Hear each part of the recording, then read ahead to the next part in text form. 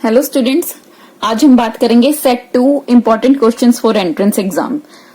हम first 30 questions first set में कर चुके हैं जो इससे पहले वीडियो आई थी, और अभी लेटेस्ट के अकॉर्डिंग मैंने दोबारा से बनाया है।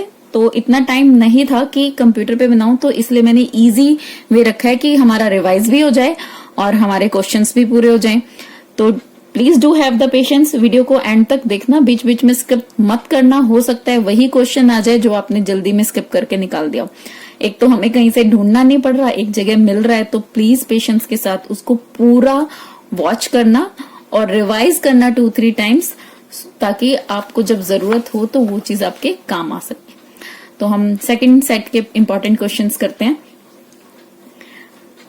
Please do revise the first 30 questions अगर आपने नहीं किए हैं तो, क्योंकि क्वेश्चन कहीं से भी आ सकता है ना। और मैंने एमसीक्यू नहीं रखा है, सीधा आंसर लिखा है जो करेक्ट है, और साथ साथ उस क्वेश्चन से रिलेटेड जितने और भी क्वेश्चन बन सकते हैं मैं आपको गो थ्रू कराती रहूंगी, तो आप जरूर देखिएगा, only for your benefit. Thank you. बढ़ते हैं विदाउट टाइम वेस्ट किए हुए। 1 किलोबाइट इज, ये पूछ रहा है फर्स्ट क्वेश्चन में 1 किलोबाइट में कितने बाइट्स होते हैं। तो 1 किलोबाइट के अंदर होते हैं टोटल 1024 बाइट्स। यहाँ पर बाइट्स लिखना है, अगर नहीं आया तो यहाँ पर लिखा है, तो इसका आंसर सीधा 1024 आ जाएगा। अदरवाइज 1 किलो बाइट्स पूछा जाता और सिर्फ डैश होता तो हम पूरा लिखते 1024 बाइट्स। आगे देखिए, नेक्स्ट क्वेश्चन है इन MICR, M and C stands for. तो अगर ऑप्शन में आएगा M तो M for magnetic, C for character. In MICR मैंने पूरी फुल फॉर्म लिखी है मैग्नेटिक इंक करेक्टर रिकॉग्निशन। ये जो मैग्नेटिक इंक करेक्टर रिकॉग्निशन है, ये बैंक में चेक्स के नीचे होता है, लिखा होता है ना जो, वो उसको रीड करने के लिए यूज होता है ये मैग्नेटिक इंक करेक्टर रिकॉग्निशन। उसके जो करेक्टर है मैग्नेटिक इंक के थ्रू होते हैं, उसको रिकॉग्नाइज करके हम पता लगा पाते हैं कि चेक एक्चुअल है, रियल है, उस चीज के लिए। आगे देखो, various application and documents are represented on the window desktop. Window के ऊपर जो छोटे छोटे पिक्चर्स बने होती हैं माई कंप्यूटर का या रिसाइकिल बिन का, उनको क्या कहते हैं? उनका नाम होता है आइकन। तो ये यही पूछा है, जो छोटे छोटे एप्लीकेशंस के डॉक्यूमेंट्स को कैसे प्रेजेंट करते हैं हम विंडो के ऊपर विद द हेल्प ऑफ वो छोटे छोटे सिस्टम्स, क्या कहलाते हैं? वो कहलाते हैं आइकन। आगे चलो, what is the full form of computer? Computer की फुल फॉर्म क्या है? Commonly operated machine particularly used for trade, education and research. यानी कि पर्पसफुली जो मशीन बनाई गई है ट्रेड के लिए, एजुकेशन और रिसर्च के लिए। The smallest unit of computer is bit. अब इसके बारे में करते हैं। स्मॉलेस्ट यूनिट, एक तो ये पता चल गया कंप्यूटर की स्मॉलेस्ट यूनिट क्या होती है, बिट होती है। आगे देखो, मोस्ट इंपॉर्टेंट है, इसके ऊपर भी आ जाता है। बिट की फुल फॉर्म क्या होती है? बिट की फुल फॉर्म होती है बाइनरी डिजिट। बाइनरी यानी कि 2। कंप्यूटर में 2 डिजिट्स यूज होती हैं, 0 एंड 1। 0 ऑफ स्टेट के लिए और 1 ऑन स्टेट के लिए। तो इसमें से 3 क्वेश्चन होंगे। बिट की full form binary digit, binary का मतलब 2, और कौन से 2 डिजिट? 0 एंड 1, और 0 for off state, 1 for on state. आगे देखो, in computer system 1 nibble equal to 1 nibble होता है 4 बिट्स का कॉम्बिनेशन, यानी कि 0 1 1 0 या 1 1 1 1, यानी कि 0 और 1 का कॉम्बिनेशन 4 बिट्स क्या कहलाती हैं? निबल कहलाती हैं। और आगे देखो, अगर 2 निबल होंगे ना, 2 निबल का मतलब क्या हो गया? 8 बिट्स हो गई, और 8 बिट्स किसके इक्वल होती है? 1 बाइट के। अगर क्वेश्चन आए कि 1 बाइट में कितना होता है? 8 बिट। देखो नेक्स्ट क्वेश्चन यही है, 1 बाइट इक्वल टू 8 बिट्स। तो क्या पता चला? बिट तो होता है दो नंबर 0 एंड 1, निबल क्या होता है? 4 बिट्स, यानी कि ये 4, और 8, और बाइट क्या होता है? 8। ठीक है, कुछ भी हो सकता है, 1 0 का कॉम्बिनेशन आगे पीछे, लेकिन कितनी होंगी टोटल? 8 ही होंगी। एक बार और इस कंसेप्ट को क्लियर करते हैं। देखो, सबसे छोटा क्या होता है? बिट। बिट के में कुछ 0 और 1 कुछ भी हो सकता है, बाइनरी डिजिट। निबल में कितने होते हैं? 4 बिट्स, यानी ऐसे करके 4 का कॉम्बिनेशन, और बाइट आ जाए तो 8 का कॉम्बिनेशन हो गया। सिंपल सा है, यानी कि 1 बाइट में 2 निबल, 1 निबल में 4 बिट। क्लियर? आगे बढ़ते हैं।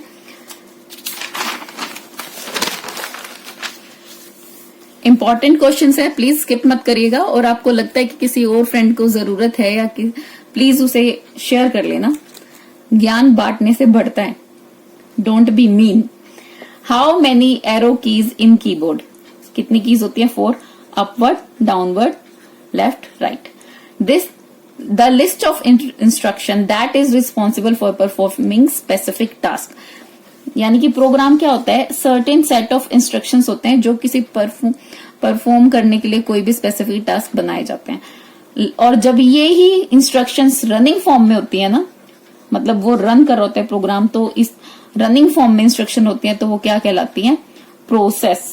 यानी कि 2 क्वेश्चन बना रही हूं कि अगर लिस्ट ऑफ इंस्ट्रक्शंस लिखा है simply to perform specific task तो प्रोग्राम है, वही लिस्ट ऑफ इंस्ट्रक्शन अगर रनिंग फॉर्म में तो वो क्या कहलाते हैं? प्रोसेस। यानी कि ये क्या है? सिंपल स्टैटिक फॉर्म है और ये रनिंग फॉर्म है। शॉर्टकट की ऑफ फोल्डर क्रिएशन, अगर आपको फोल्डर क्रिएट करना है तो कौन सी कीज का कॉम्बिनेशन यूज करेंगे? Ctrl+C का। शट डाउन की फॉर कंप्यूटर शटडाउन, कंप्यूटर को अगर डायरेक्टली शट डाउन करने हैं तो ऑल्ट के साथ F4 का कॉम्बिनेशन प्रेस करते हैं तो कंप्यूटर डायरेक्टली शट डाउन हो जाता है। कंप्यूटर की फॉर रिफ्रेश, कंप्यूटर की स्क्रीन को अगर आप रिफ्रेश करना चाहते हो तो F5 वाली फंक्शन की को प्रेस करेंगे, it automatically refresh your system. और आप करके देखेंगे तो ब्लिंक होगा स्क्रीन, यानी कि वो उसे रिफ्रेश कर रहा होगा।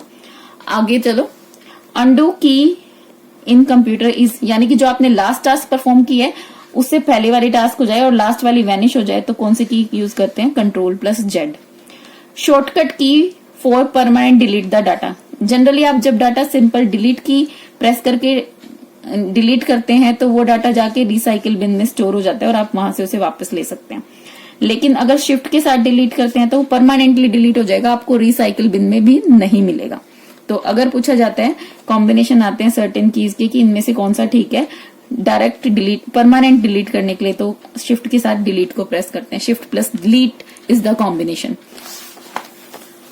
आगे देखो, question number 45 of set 2। Gmail stands for Google mail और ईमेल स्टैंड फॉर, पता होगा आप सबको, E फॉर इलेक्ट्रॉनिक मेल। ठीक है, यहाँ जीमेल मतलब गूगल मेल, ईमेल मतलब इलेक्ट्रॉनिक मेल। HDD क्या है? HDD क्या है? Internal HDD of computer system is, उसने सीधा पूछ लिया। उससे पहले हमें यह भी पता होना चाहिए HDD क्या है, यानी कि हार्ड डिस्क ड्राइव। क्या है इसकी full form? Hard disk drive. ये कह रहा है कि ये इंटरनल हार्ड डिस्क ड्राइव जो होती है कंप्यूटर में क्या होती है? फिक्स्ड होती है, फिक्स्ड ही होती है। मतलब अगर ऑप्शन आता तो आता कि फिक्स्ड है या नॉट फिक्स्ड है या पोर्टेबल है या नन ऑफ द अबव है, ऐसा कुछ आ जाता। लेकिन इंटरनल हार्ड डिस्क ड्राइव है तो वो पहले से ही अंदर है तो it means it is fixed.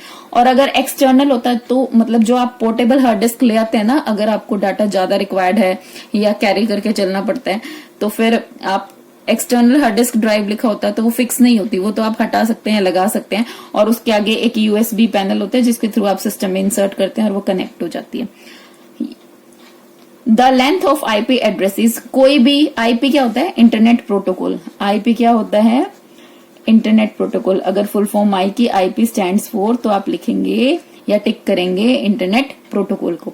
इसका कितना साइज होता है? 32 बिट्स। 32 बिट्स यानी कि 0 1 1 0 के कितने कॉम्बिनेशंस? 32 नंबर्स होने चाहिए। मैक क्या होता है? Mac stand for media access control. ये एक एड्रेस होता है। मैक क्या होता है? एक एड्रेस होता है। लेंथ कितनी होती है इसकी भी? मैक एड्रेस की 48 बिट्स, यानी कि 0110 की 48 बिट की series. Where is RAM located? System के अंदर रैम होती है ना। रैम क्या होता है? याद करो, रैम होता है रैंडम एक्सेस मेमोरी, और जो कि क्या है? प्राइमरी मेमोरी है। और ये कहाँ फिक्स होती है? सिस्टम के मदरबोर्ड के ऊपर फिक्स होती है। एक क्वेश्चन और बन रहा है इसमें से, रैम किस चीज की बनी होती है? रैम को बनाने के लिए किसकी जरूरत होती है? सेमी कंडक्टर्स की। सेमी कंडक्टर क्वेश्चन आ सकता है। RAM is made up of semiconductor, या रैम की फुल फॉर्म क्या है? Random access memory. या रैम कहाँ सिचुएटेड होती है? मदरबोर्ड के ऊपर। देखो एक क्वेश्चन में से 3 बन गए, तो इसलिए वीडियो को पूरा देखिए, हो सकता है उससे रिलेटेड क्वेश्चन आ जाए, डायरेक्ट वही वाला क्वेश्चन ना आए जो लास्ट ईयर के एग्जाम में आया था। और वीडियो अच्छी लगे तो प्लीज उसे लाइक और सब्सक्राइब कर देना ताकि फ्रूटफुल हो आपके लिए चीजें, जो वो जब भी अपडेट आए तो आप देख पाए। If a computer provides database services to other then it will be known as, यानी कि एक कंप्यूटर इसलिए बना है कि वो डाटाबेस की सर्विसेज प्रोवाइड करा सके औरों को, तो उसको क्या कहेंगे? तो उसको क्या कहेंगे? Database server. यानी डाटाबेस सर्वर क्या हुआ समझो, डाटाबेस सर्वर एक रिपोजिटरी ऑफ डाटा हो गया जहां पर बहुत सारा डाटा रख दिया है और उससे रिलेटेड डाटा जिसको भी चाहिए वो उस चीज को यूज कर सकते हैं। जैसे कि मान लो ये बैंक है, ये एटीएम मशीन्स है। बैंक तो हो गया डाटाबेस सर्वर जहां पर पूरा डाटा है और आप अपने एटीएम पे जाके अपनी चीजों को यूज कर सकते हैं। यानी कि ये वाला डाटाबेस जो सर्वर है ये सर्विस प्रोवाइड करा रहा है यूजर को जो एटीएम कार्ड यूज कर रहे हैं उस बैंक का। आगे बढ़ते हैं। एटीएम, अब मैंने एटीएम बोल दिया तो एटीएम की भी फुल फॉर्म आ सकती है। फुल फॉर्म क्या होती है एटीएम की? Automatic teller machine. अब इससे रिलेटेड एक क्वेश्चन दिमाग में आ रहा है, एटीएम कि विच machine is used for deposit and withdraw the money. तो आंसर क्या होगा? एटीएम। देखो 3 क्वेश्चंस बन गए, डाटाबेस सर्वर और एक एटीएम क्या होता है? Automatic teller machine full form, और एक इसलिए यूज होती है for deposit and withdraw the money. इस सेट का क्वेश्चन नंबर 52। तो देखिए question number 52, full form of URL, uniform resource locator, ये भी इंपॉर्टेंट है।